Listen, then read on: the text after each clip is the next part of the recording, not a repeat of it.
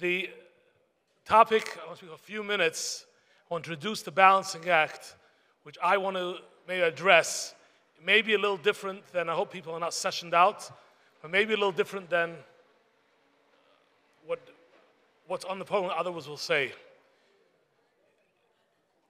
I can't help myself with the question, this year is Hakel. Hakel, we know, Klal Yisrael came to the Beis HaMikdash, and they were there in huge numbers, everyone, men, women, children. You know where Hakel happened? It happened in the Ezras Nashim. It wasn't the women's section, it was a section, but it was called Ezras Nashim, where close to over maybe 1 million plus people, men, women, and children gathered there. You know how big the Ezras Nashim was? It was 150 feet by 150 feet in calculation. Now, if anybody knows basic math, you can't fit 10% of that crowd in there. But I'll ask you a second question. It says men, women, and children all came to hear the Torah from the Melech. Children, thousands of children sitting there. How is it possible to hear anything? You all teachers, you know that 10 children in a classroom is hard enough. 1,000 in a lunchroom is hard enough. 10,000, 100,000. How is it possible to do? So I heard an explanation that obviously this was a relive of Matan Torah, a relive of God, Hashem, Har Sinai, wanted the experience again. And just like Har Sinai, there was a miracle, the space, the makom, encompassed the whole Klal Yisrael. Tzipor Leit Savach, there wasn't a noise like a pin drop in Har Sinai. This same nest happened there. I'm sharing this in conjunction to this year. The Rebbe said this year is Shnas Hakel. And I remember the Sichos and of the Tavshim Mem Ches specifically. I was there both Mem Aleph and Mem Ches. But Mem Ches, I remember the Sichos where the Rebbe spoke about the Chiddush, that Hakel is not a story of the Beis HaMikdash. It's not a story of Tishri. It's a story of nowadays equally, and it's also the same way throughout the entire year. The question is, how can we experience that same way?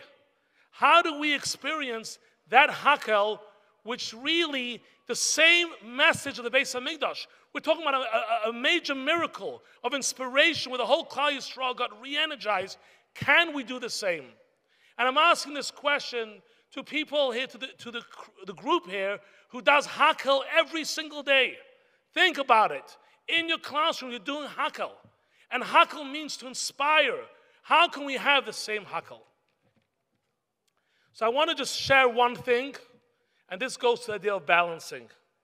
And that is how I understand Pshat from the Sichos of the Rebbe, that if we learn the directives and the Sichos and the Mamarim and the Verbrengers of the Rebbe, we could have that ability to inspire ourselves and inspire everyone around us.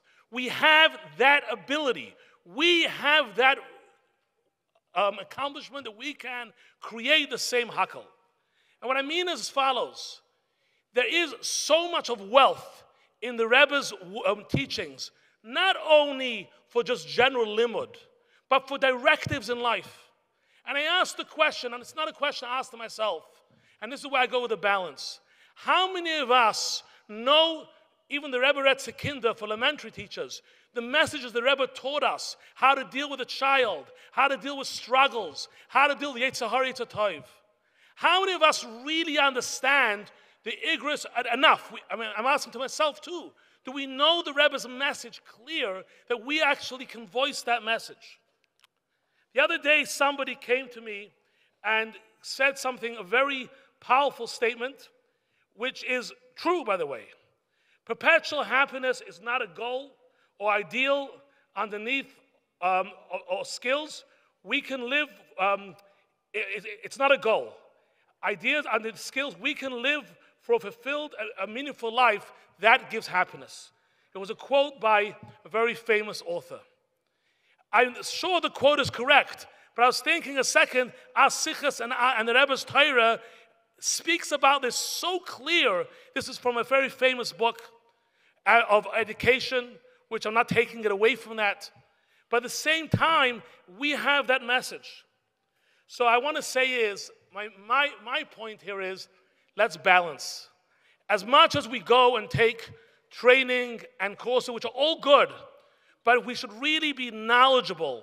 Maybe hackles a year to really chaparain and be knowledgeable in the Rebbe's message to us, how to deal with the youth, with our young, with our old, how to deal in every way possible.